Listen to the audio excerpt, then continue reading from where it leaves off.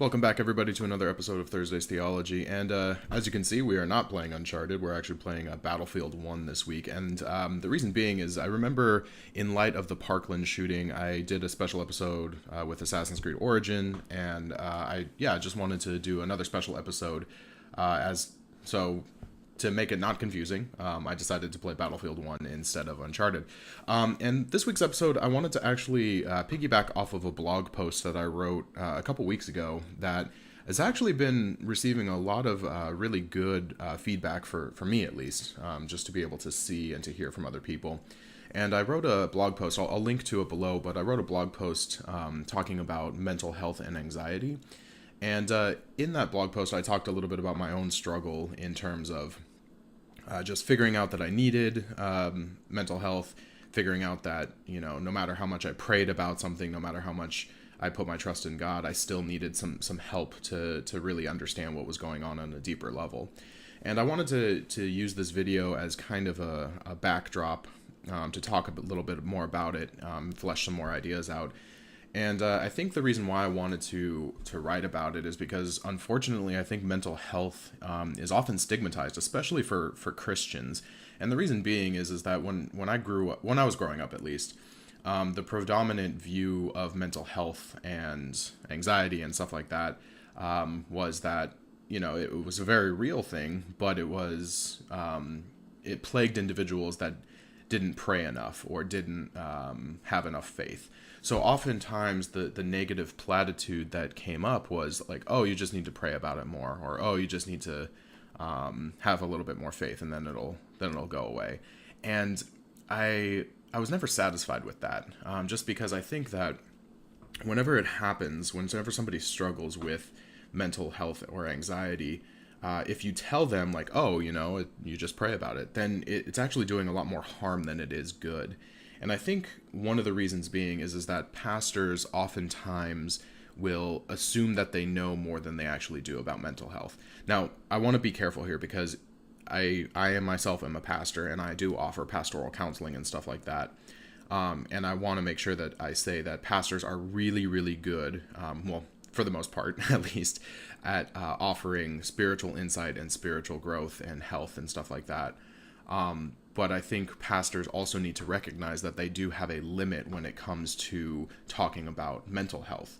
Because if we reduce mental health to an issue of spirituality, then we're really doing a disservice to the people that we're helping. And the reason being is because we can often overlook issues of mental health and the seriousness of them in favor of just saying like, oh, you just need to pray about it a little more, have more faith. Now, I was thinking about this a lot, about how to in terms of how to make it into an analogy. And I think it's oftentimes like this, and it might be a little bit of a stretch, but just go with me on this. I think oftentimes when we prescribe spiritual anecdotes and spiritual, quote unquote, solutions to mental problems, then it's very much like saying like, oh, you are unhealthy, you need to exercise more. So here, read a book about exercise. And then that'll help. So you can see kind of the disconnect there, where it's just like, that doesn't really make sense if you're telling somebody that, oh, you need to treat your body well by just reading a book about it. So use your mind to actually heal your body. It doesn't quite make sense. And I think that can often happen too with spirituality and mental health. Because when we say you just need to pray more or just have a little bit more faith, we're actually not addressing the underlying mental problems that people actually deal with. Now, for me, I wanted to talk a little bit about my own experience with mental health and faith and stuff like that, because I want to make sure that you're not hearing that spirituality is not important, that pastoral care and pastoral counseling is not good for you, because in the right context, those can be really, really helpful things. But if you are struggling with anxiety, if you're struggling with depression or anything else like that, please seek professional help. Pastors are a great place to start with that, to help out with the spiritual dimension of it. But if you're struggling with that, seek somebody out, seek professional help, because for me, it has made a world of difference. So all that to say, I wanted to make sure that we kind of cover that as well. So my own experience with it is that for many, many years, I struggled with anxiety, just with this overwhelming sense of like, oh, I'm on the brink of a panic attack. I don't know what I'm going to do. My breath would be, I would have shortness of breath. All the classic symptoms of panic attacks. And when it manifested, it actually manifested itself as a fear of flying. Now, for a long time, I thought my fear of flying was just irrational. I thought like, oh, well, I just need to read about it a little bit more, and then something will click and I won't be afraid of flying anymore.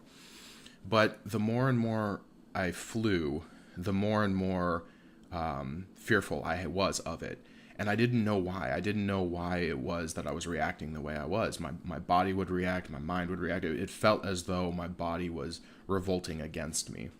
So for a long time, I struggled with that. I didn't know what to do. Nothing was helping. Nothing was working.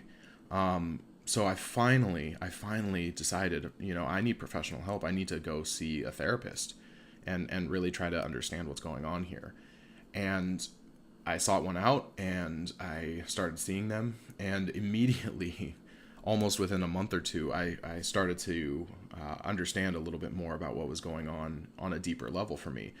Fear of flying wasn't about flying. It was what flying represented, about, being trapped and being out of control and et cetera, et cetera. I would not have known any of that if it had not been for the fact that I sought professional help.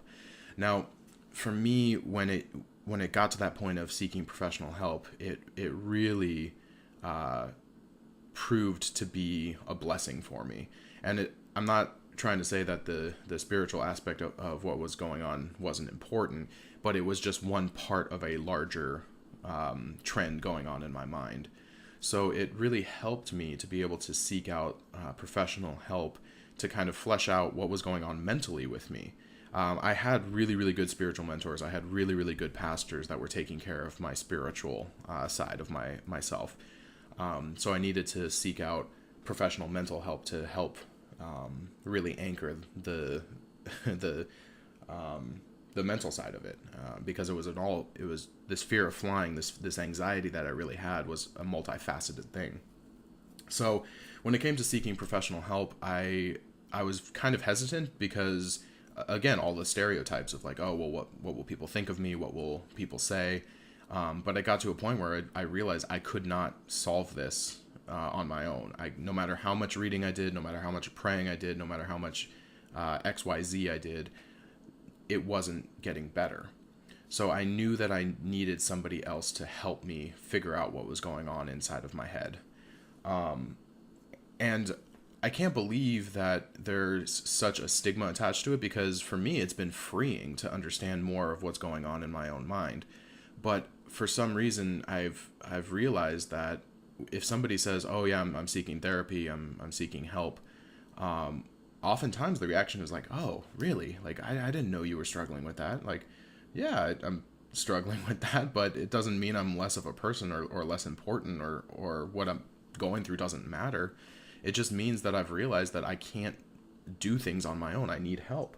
So there's such a stigma attached to mental health, I think, especially when it comes to professionals in the church, like professional pastors, because I think we're often looked to as like, oh, well, they have, really good faith. They have a really solid relationship with God. So therefore, they must not have any mental health problems at all. And I want to be the first to admit that that's not the case at all. I still struggle with anxiety. Now, again, I just want to do a little side note that just because I've been going to therapy doesn't mean I'm fixed or I'm solved. It has helped tremendously, but it is a process. It's not something that I will automatically, go to 10 therapy sessions and be fixed. I don't think that's going to be the case. It's going to be something that I think I'm going to struggle with for the rest of my life. So anyway, I just wanted to make sure that we have a realistic expectation of what therapy is, because if you're going to it expecting to be fixed within a certain amount of sessions, I think you kind of are misunderstanding what the point of therapy is. So anyway, back to the point I was making. As pastors are kind of looked up to as, like, oh, they're really solid in their faith. They have a really good relationship with Christ. And it just because we study the Bible for a living, just because we lead others in the study of the Bible, does not mean that we aren't susceptible to issues of mental health and anxiety and problems.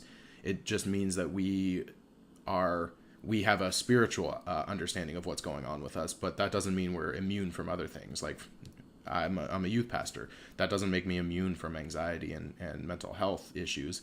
It just means that what I'm going through, I understand a little bit of it spiritually, but I also understand that I need help to figure out what's going on a deeper level. So all that to say, I really cannot stress enough how important mental health has been for me. And I really, really encourage you as the listener, as the viewer, as somebody who, participates in all of this with us. I really encourage you, if you need help, go seek it. Don't let pastors tell you, oh, if you just pray enough, it'll go away. If you are truly going through something that induces anxiety and you have depression about it, seek out professional help. Please, please, please seek out professional help. You can go to your pastors for spiritual care, but you also need to make sure you're taking care of your mental health as well. So please seek out professional help if you are going through something that you need somebody to guide you through. So yeah, that's just some of my thoughts about mental health and anxiety. Those are some of my own stories, and yeah, it's been really, really helpful for me to kind of see mentally what has gone on in my mind and how that connects to, how my mind processes, how I do ministry, et cetera, et cetera. So yeah, I just wanted to let everybody know that I am a pastor. Yes, I would like to think I have a good relationship with Jesus, but that doesn't mean that I still struggle with anxiety and mental health and other issues. So, yeah, I just encourage you to know that if you are having mental health issues, you're not alone. Even pastors suffer with that as well. So yeah, I just wanted to share some of my thoughts on that. And again, thank you for joining us for this week's episode of Thursday's Theology. I know it's been kind of a weird one, but I think it's important to address some of the underlying issues of mental health. Yeah, and just to be able to talk about it freely. So yeah, thanks again for joining us. And yeah, we'll see you next week. Take care.